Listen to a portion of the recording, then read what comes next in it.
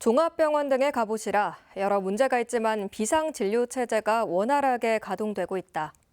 지난달 29일 있었던 국정브리핑에서 윤석열 대통령이 한 발언입니다.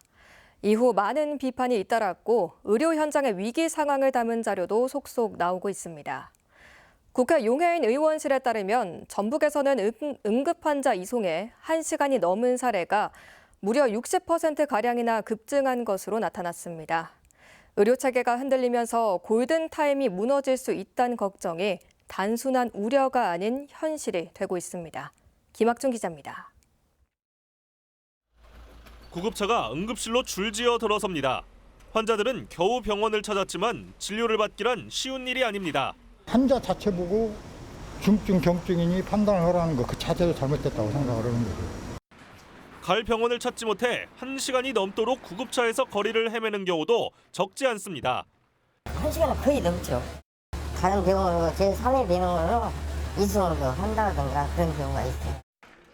의정 갈등 전과 후를 비교했을 때 환자들이 응급실을 찾는 데 드는 시간이 얼마나 길어졌을까? 국회 용해인 의원실에 따르면 지난해 6, 7, 8월 석 달 동안 전북에서 응급이송 환자 가운데 병원 도착 시간이 1시간 이상 걸린 사람은 437명. 그런데 의료 대란이 본격화한 올해 같은 기간에는 691명으로 급증했습니다. 지난해보다 무려 58%나 늘었습니다. 전북의 응급이송 1시간 초과 사례는 지난해만 해도 전국에서 7번째로 많았지만 올해는 5번째가 돼 상대적으로 응급실의 상황이 더 어려워진 걸로 보입니다. 실제로 지난 7월에는 익산에서 교통사고를 당한 70대 노인이 1시간 넘게 병원을 찾아 헤매다 숨지기도 했습니다. 응급이송 시간이 1시간을 넘는 사례가 급증했다는 건 생명을 구할 수 있는 골든타임을 놓칠 가능성이 그만큼 더 커졌다는 의미. 국민이 바라보는 현실과 괴리가 너무 심각한 거고요. 응급의료 체계가 이 골든타임을 지키기 위해서 계속해서 노력해 왔는데 그 노력들이 무너지고 있다.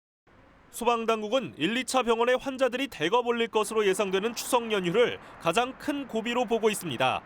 전문가들은 연휴 기간에 응급의료기관의 포화 상태를 대비해 환자들의 골든타임을 지킬 수 있는 대책을 마련해야 한다고 조언합니다.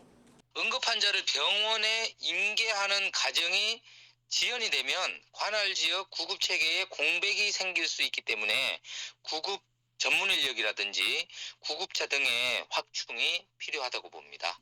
의정 갈등이 장기화하면서 의료 체계가 서서히 무너지고 있어 환자들의 불안감은 날이 갈수록 커져가고 있습니다. JTB 뉴스 김학준입니다.